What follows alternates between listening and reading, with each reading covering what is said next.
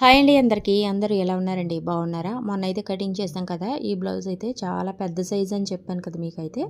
అదైతే స్టిచ్చింగ్ చేద్దాం. ఇదిగోండి, నేనైతే బ్యాక్ ముక్కకి ఇలా నడుము ముక్క కూడా అతికేసాను డాట్స్ వేసేసి. ఇలాగా హ్యాండ్స్కి కూడా మనకి ఫ్రంట్ ముక్కలకు కూడా లైనింగ్ అతికేసాను అనమాట. ఇది హ్యాండ్స్ అయితే మనకి కట్ వర్క్లో వచ్చింది కదా ఎదర.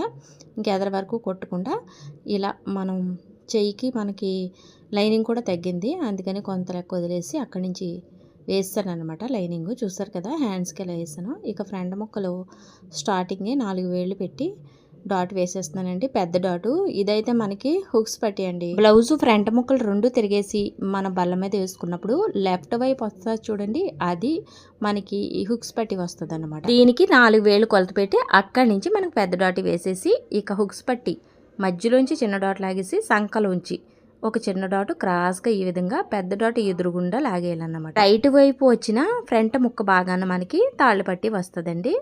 దానికైతే చూద్దాము. ఇదైతే మనకి హుక్స్ పట్టికి మనం క్రాస్ బెల్ట్ అయితే అతికేద్దాము. ఇదిగోండి, క్రాస్ బెల్ట్ వచ్చేసి అసలు ఫ్యాబ్రిక్ పైన పెట్టి లైనింగ్ ఫ్యాబ్రిక్ కింద పెట్టాను. ఈ విధంగా మధ్యలో మనకి ఫ్రంట్ భాగం వచ్చింది చూసారు కదా. మధ్యలో అలా పెట్టుకుని ఈ విధంగా మధ్యలోకి వచ్చేటప్పటికి పెద్ద డాట్ని మడత పెట్టుకుని ఈ విధంగా ఫోల్డ్ చేసి చక్కగా ఇలా కుట్టేసుకోవడమే. ఇలా క్రాస్ బెల్ట్ అతుక్కున్నప్పుడు 2 కుట్లు వేసుకోవాలండి. ఫస్ట్ కుట్టు అయితే ఇది కదా, మళ్ళీ ఉల్టాగా రెండో కుట్టు వేసుకుంటే చాలా గట్టిగా ఉంటుంది అనమాట. ఇలా కుట్టు వేసేసుకున్నాక మనకి మొక్క వంగడానికి ఈ క్రాస్ బెల్టులు ఈ ఫ్రంట్ మొక్క వంగడానికి ఇదిగోండి ఇలా కట్ చేసుకోవాలన్నమాట. ఇలా కట్ చేసుకుంటే చక్కగా వంగుతుంది. వంగి మనకి ఛాతి మీదకి ఎక్కకుండా ఉంటుంది అన్నమాట. అలాగే చాలామంది ఇలా కామెంట్ చేస్తున్నారు, ఛాతి పైకి వచ్చేస్తుంది క్రాస్ బెల్ట్ అనేసి. అంటే ఛాతి పైకి వచ్చేసిందంటే మీరు ఛాతి పొడవు తక్కువన్న తీసి ఉండాలి, లేదంటే ఇదిగోండి క్రాస్ బెల్ట్ ఇలా కుట్టినప్పుడు మీరు మధ్య మధ్యలో కట్ చేయాలి అనిగేటట్టు. అలా చేసినా మీకు రాకుండా ఉంటుంది పైకి. లేదంటే ఒకసారి మీరు ఛాతి పొడవుని ఆది బ్లౌజ్ తోటి తక్కువగా కులిస్తే కనుక పైకి ఎక్కేస్తుందండి. మనకి ఛాతి పొడవు ఎంత ఉందో అంతే కరెక్ట్గా కొలుచుకోవాలి.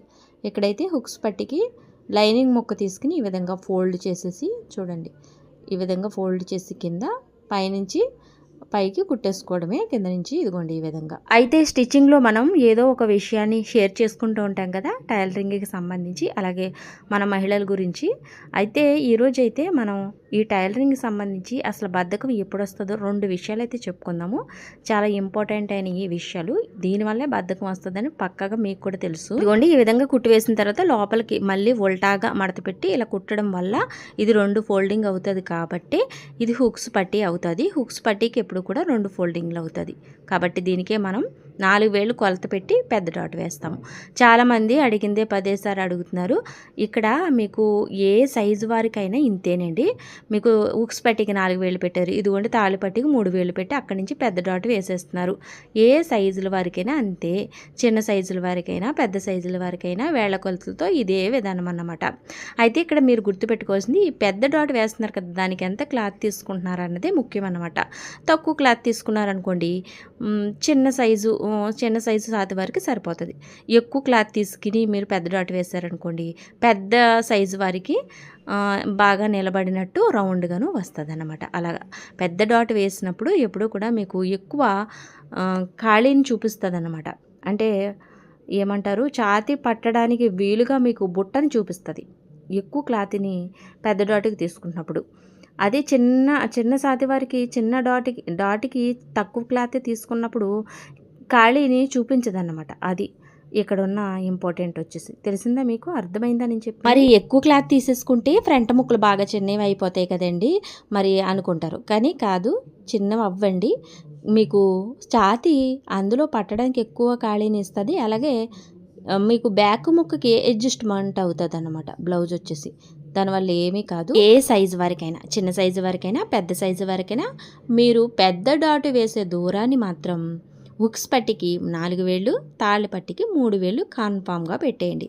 అక్కడి నుంచి మీరు కాస్త పెద్ద సైజు ఉన్న షేప్కి డాట్ వేస్తున్నారని గమనించారనుకో, దానికి ఎక్కువ క్లాత్ని తీసుకోండి. చాలా చిన్న సైజు బక్కగా ఉంటారు, అసలు సాతే లేదు అన్న వాళ్ళకి ఈ పెద్ద డాట్కి ఏదైతే క్లాత్ తీసుకుంటారో అది తక్కువ తీసుకుని డాట్ వేయడం వల్ల మీకు ఆ ఛాతీకి పర్ఫెక్ట్గా ఉంటుంది. ఒకవేళ ఇవన్నీ కాదండి అంటే మీ ఆది బ్లౌజ్ ఏదైతే ఆది బ్లౌజ్ ఉంటుందో దానికి ఉన్న ఈ పెద్ద డాటు తీసుకున్న క్లాత్ని వెడల్పుని కొలిచేసుకుని ఇంతకు ముందు వీడియోలో కూడా చూపించాను మీకు.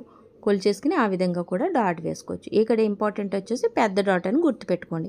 మిగతా 2 డాట్లు మీరు ఎలా వేసినా సాతి పర్ఫెక్ట్గా కుదురుతుంది. అయితే బ్లౌజ్ కటింగ్ ఎప్పుడు చేసినా మనం మాట్లాడుకోవడానికి ఏదైనా విషయం చెప్పుకోవడానికి అస్సలు టైం ఉండదు, కానీ ఈ స్టిచ్చింగ్లో మాత్రం ఉంటుందండి. ఇది చూస్తూ కూడా మీకు స్టిచ్చింగ్ చూస్తూ కూడా వచ్చేస్తుంది అనమాట. కటింగ్ అలా కాదు, ఎక్స్ప్లెయిన్ చేయాలి ఎక్కడ టిక్ మార్కులను బట్టి, అలాగే మనం ఎంత తీసుకుంటున్నామని చెప్పందే మీకు కటింగ్ రాదన్నమాట. స్టిచ్చింగ్ అలా కాదు, చూస్తే వచ్చేస్తుంది.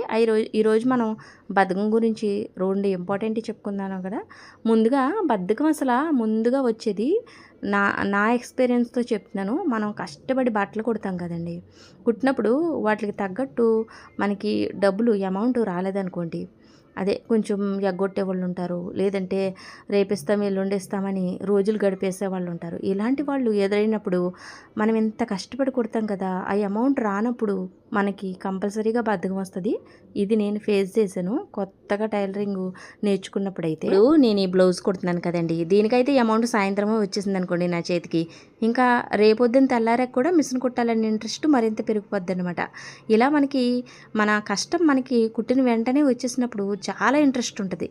అలా రానప్పుడు బద్ధకం దరిచేరుతుంది. ఇది నిజమే కదా, మీకు కూడా ఇలా జరిగిందా? అయితే ఇలా మనీ రేపిస్తాం ఎల్లుండిస్తామని రోజులు గడిపేసే వాళ్ళతోటి మనం ఎలా డీల్ చేయాలి అనేది మాట్లాడుకుంటే, ఒకసారి తెలియకూడతాం, రెండోసారి చూద్దాంలే అనుకుంటాం, మూడోసారి ఫిక్స్ అయిపోవాలండి, ఇంకా వాళ్ళ కొట్టకూడదు. అవునండి, ఏదైనా సరే ఒకసారి రెండోసారి మూడోసారి ఎవ్వరికి ఛాన్స్ ఇవ్వకూడదు. ఏ విషయంలో అయినా సరే గట్టిగా ఉండాలి మనం. అలాంటి వాళ్ళు దూరం పెట్టాలి. ఇలాంటి వాళ్ళ వల్ల డబ్బులు రావడం తర్వాత సంగతి, మీకు ఇంట్రెస్ట్ పోతుంది కదా ముందా, అందుకోసం అలాంటి వాళ్ళని వదిలేసుకోవాలి. ఎంతటి కావలసిన వాళ్ళైనా సరే అలాంటి వాళ్ళు బట్టలు ఇస్తున్నప్పుడు మీరు ఏదో ఒక సాకు చెప్పి తప్పించుకోవాలి. మిషన్ రిపేర్ వచ్చిందని, పని చేయడం లేదని, ఏదో ఒకటి సంథింగ్. మరి మొత్తానికి డబ్బులు ఎగ్గొట్టే వాళ్ళు ఉంటారు కొంతమంది, మాకు అక్కడ కుదరలేదు ఇక్కడ కుదరలేదు అనేసి. మరి ఇలాంటి వాళ్ళని ఎలా డీల్ చేయాలని అడిగి, ఇలాంటి వాళ్ళు ఎదురైనప్పుడు మీ కష్టం పోయిందని బాధపడకుండా ఓ ఏనుగు నడుస్తుంటే 4 చీమలు సస్తాయని సరిపెట్టుకోవాలి. నెలలో ఓ 40 జాకెట్లు కుడతారు, అందులో 4 జాకెట్లు పోయినాయని ఊరుకోవాలి. ఇలా సరిపెట్టుకోకపోతే మీకు ఇంట్రెస్ట్ పోతుంది. ఇంకో విషయం ఏంటంటే, మీరు కష్టపడిన కష్టం చుట్టూ తిరిగి మీ దగ్గరికి ఏదో రకంగా వచ్చేస్తుందని గుర్తుపెట్టుకోండి. టైలరింగ్ కొత్తగా నేర్చుకుని ఆల్రెడీ టైలరింగ్ చేస్తున్న వారైనా నా దగ్గర కుదరలేదా, నాకు రాలేదా, ఈ విషయాలు కాదండి. ఇవి ఎన్ని నథింగ్ అన్నమాట. మిషన్ అనేది క్రమం తప్పకుండా రోజు కుట్టడం వల్ల మీరు పర్ఫెక్ట్ అవుతారు. 1 సంవత్సరం మొత్తం మీరు మానకుండా ప్రతిరోజు కుట్టండి. మీరు 1 సంవత్సరం అయ్యేటప్పటికి పర్ఫెక్ట్ అవ్వకపోతే నన్ను అడగండి. ఇక్కడ టైలరింగ్లో ముఖ్యమైనది, మనం కుట్టేటప్పుడు మనకు కొన్ని అనుభవాలు ఎదురవుతాయి. బ్లౌజుల్లోనే ఎక్కడ మార్కింగ్లు తప్పులు చేస్తాం, ఎక్కడ స్టిచ్చింగ్లో తప్పు చేస్తాం, మనం కుడితేనే కదా తెలుస్తుంది. దానివల్లే మీరు పర్ఫెక్ట్ అవుతారు. కానీ ఓ 2 బ్లౌజులు కుట్టేసి ఎవరికో కుదరకపోతే మూలను కూర్చుంటే ఎప్పటికీ అవ్వలేరు. ఆ మార్కింగులు ఆ తప్పులు అలాగే ఉండిపోతాయి. మరి ఎప్పుడు సరిదిద్దుకుంటారు? మీరు కుడుతూనే ఉంటేనే సరిదిద్దుకుంటారని గమనించండి. టైం అయితే అయిపోతుంది, కానీ నా విషయంలోనే చిన్న విషయం చెప్పుకుంటే, నాకు అస్సలు కోపం కదా, ఎవరైనా ఏదైనా అనేటప్పటికి కుడతమే మానేస్తాను అన్నమాట. టైలరింగ్లో ఒక సీనియర్ అయితే నాకు ఇలా చెప్పారనమాట, టైలరింగ్లో ఇవన్నీ సహజమే, అవన్నీ దాటుకుంటూ వెళ్ళాలంటే ముందు నువ్వు రోజు మిషన్ కుట్టాలని. ఇదిగోండి, ఇప్పటికి నేను పర్ఫెక్ట్ అయ్యాను. ఇది కుదురుతుందా లేదా అని ఆలోచిస్తూ కుట్టేదాన్ని. అలాంటిది ఇప్పుడు అన్నం కూర వండుకుంటూ పిల్లలతో మాట్లాడుతూ పక్కింటి ఒకటితో మాట్లాడుతూ కూడా జాకెట్లు అవలేలుగా కుట్టి పక్కన పడేస్తాను. అదన్నమాట తేడా. మనకి కాలమే ఒక పరిష్కారం చూపిస్తుంది. హార్డ్ వర్క్ ఎప్పుడూ కూడా మనకి బూడిదలో వేసిన పన్నీరు అవదండి. హార్డ్ వర్క్ నిరంతరం క్రమం తప్పకుండా మిషన్ కుడితే మీరు టైలరింగ్లో పర్ఫెక్ట్ అవుతాం, ఖచ్చితం, కన్ఫామ్. ఇది నిజం. ఇంకో విషయం చెప్పుకున్నాం కదా బద్ధకం రావడానికి, అదేంటో కదండి, టైలరింగ్లో మిషన్కి ఏదైనా రిపేర్ వచ్చిందంటే అది ఎక్కడ రిపేర్ వచ్చిందో కనుక్కోవడానికి సగం టైం పడుతుంది. ఉత్సాహంగా టైలరింగ్ చేయాలనుకుంటే మిషన్ కూడా మంచిదై ఉండాలండి. మనకి ఎప్పుడు కూడా రిపేర్ రాకుండా చూసుకోవాలి. ఒకవేళ వచ్చినా బయటికి తీసుకెళ్ళి వెంటనే రిపేరింగ్ చేసుకోవాలి. ఒక్కసారి రిపేరింగ్ చేశారనుకోండి, హాయిగా కుట్టొచ్చు 1 సంవత్సరం పాటు అని గుర్తుపెట్టుకో. చాలా మంది మిషన్ రిపేర్ వస్తే పక్కన పెట్టేస్తారు, రేపటికి వెళ్దాం ఎల్లుండటికి వెళ్దామని. దానివల్ల కూడా బద్ధకం దరిచేరుతుందండి. ఇంకా అన్ని విషయాలు చెప్పుకుందామన్నా ఇక్కడ టైం లేదండి. ఈరోజు అయితే 10 నిమిషాల్లోనే నేను వీడియో ముగించేసాను అనమాట. టైలరింగ్ లో ముఖ్యంగా బద్ధకం దరి చేరడం మాత్రం ఈ 2 విషయాలు ఎక్కువగా అవుతుంది అనమాట. ఒకటి, మన కష్టానికి తగ్గట్టు డబ్బులు కుట్టిని ఇవ్వనప్పుడు, అలాగే మిషన్ రిపేరు వచ్చినప్పుడు అనమాట.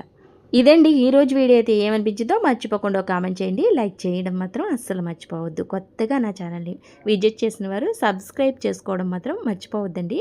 అలాగే మీ ఫ్రెండ్స్ అండ్ ఫ్యామిలీకి ఈ టైలరింగ్ మీద మంచి ఇంట్రెస్ట్ ఉంటే తప్పకుండా మన వీడియోలన్నీ కూడా షేర్ చేయండి. నెక్స్ట్ వచ్చే స్టిచ్చింగ్ వీడియోలో ఏ ప్రాబ్లం గురించి మాట్లాడుకుందాం ఒక కామెంట్ చేయండి. మరో మంచి వీడియోతో మళ్ళీ కలుద్దామండి. ఉంటానండి. బాయ్.